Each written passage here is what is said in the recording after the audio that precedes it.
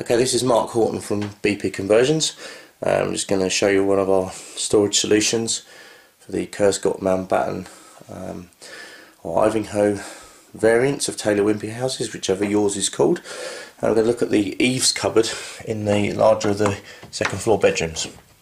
Okay, so here is the larger of the second floor bedrooms. As you're aware, that's the normal layout of the room. There's a skylight. Opposite it is the dormer window, and where there normally is a blank wall there, we have a nice large cupboard door. I'm just going to walk around here so you can get back in the room so you can see the cupboard door. So there you go, there is the cupboard door there. Now, as you know, storage in these, although these houses are great, nice houses, lots of room, but absolutely awful for storage. As you're aware, what you get when you move in is an understairs cupboard with no shelving in it, and you get a very small one shelf for towels in the smallest fifth bedroom, the box room, above where all the water tank is, etc., for the hot water. You get one shelf and that is it. Apart from your wardrobes, that's all the storage you get.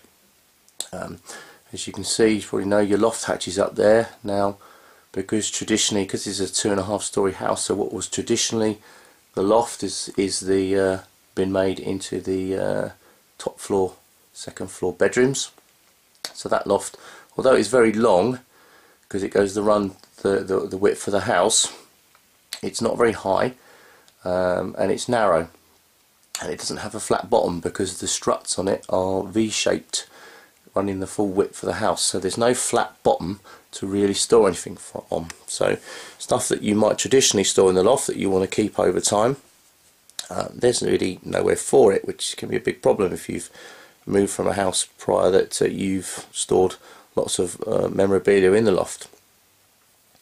So we're going to have a quick look in the cupboard here. I'll open the door so that you can get an idea of what it looks like inside. So there is the cupboard from the inside there. It's been made of a nice fixed sturdy door frame construction all the way around. It's been finished off with architrave, which has been jointed in with the skirting board, and the whole thing has been finished off in white gloss to match in with the skirting board. It's secured in place when shut by the 2 metal strips, top and bottom, and 2 hefty door magnets, top and bottom. And it's also obviously secured on with 2 proper door hinges, top and bottom. Now the height of the door is actually been matched to be the same height as the downstairs understairs cupboard in the hallway as you come into the house, so you can get an idea of how tall that double cupboard door is. It can actually be made smaller, it could actually be made slightly taller if you wish. That's the size I set it at because I thought it looked good for the room. Okay, you can see inside here, maybe just about that, I finished it off with some scrap carpet. When we moved in, we had quite a few rolls of scrap carpet left lying about by Taylor Wimpey, so I utilised that in here. And then you can see the sloping roof in the back there is finished off with pieces of plasterboard, and it's been painted with trade magnolia finish. It's worth pointing out that the scrap plaster that is in here, I've done 2 houses of these cupboards now, and mine and another one, and both houses were exactly the same. I'll just give you an idea. There's the top magnet there. If I just put my hand here up to about here, the full width of both cupboards, when you cut the hatch to fit the frame in, the full width of it is absolutely full with scrap plaster. You know, quite a few carloads. Now that is because what Taylor Wimpey do to save this, putting in a skip and paying landfill tax, every single room, when they plaster the walls, all the scrap pieces of plasterboard for the whole house.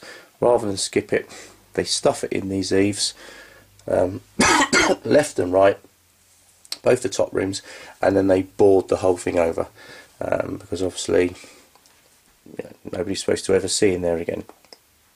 So that's part of our service. We will get rid of all this Lunkit downstairs and take it to the skip for you and get rid of it. Okay, let's just have a quick look in this cupboards. I'll talk about the size first.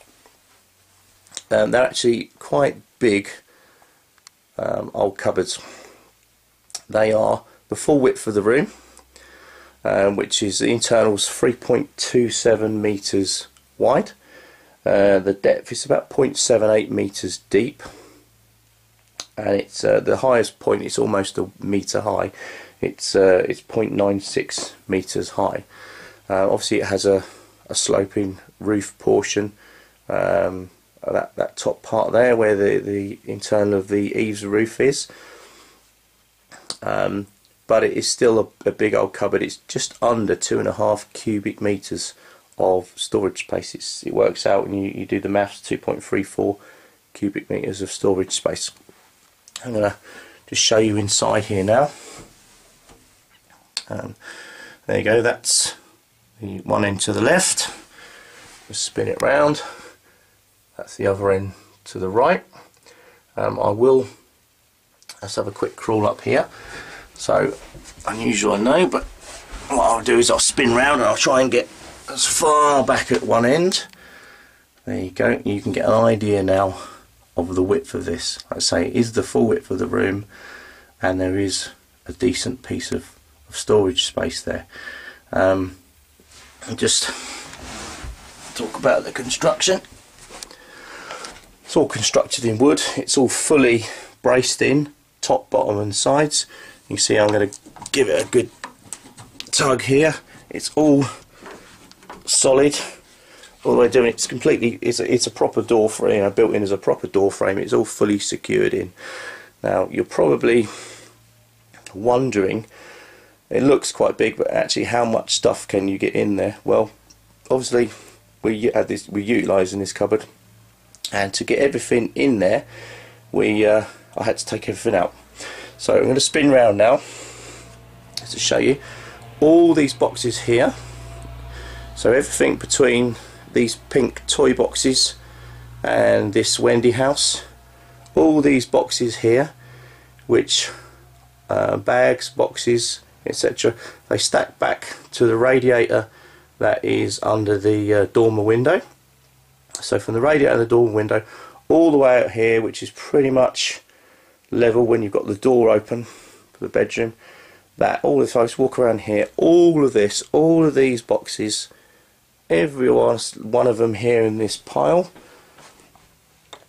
Let's walk around here, not that doll's house, but all of these boxes and bags here, everything there came out of that cupboard. In fact, you may be in this similar situation, but until I built these cupboards last May, all of these boxes, because there was no loft space, you couldn't use the loft, and obviously the boxes we got stored in the smaller top floor room next door, in the eaves cupboard there, they were all occupying the second double bedroom, what we call the spare room, the one without the ensuite, and they were filling up that room, so we couldn't use it. We couldn't utilise it as a bedroom because we had nowhere to put this stuff that we everything here we want to keep, and we just had nowhere to put it. So these eaves cupboards do create an awful lot of storage space. Well, we're going to click to the next video. If you see the next video, I'll go through the one in the smaller top floor bedroom. Thanks, bye.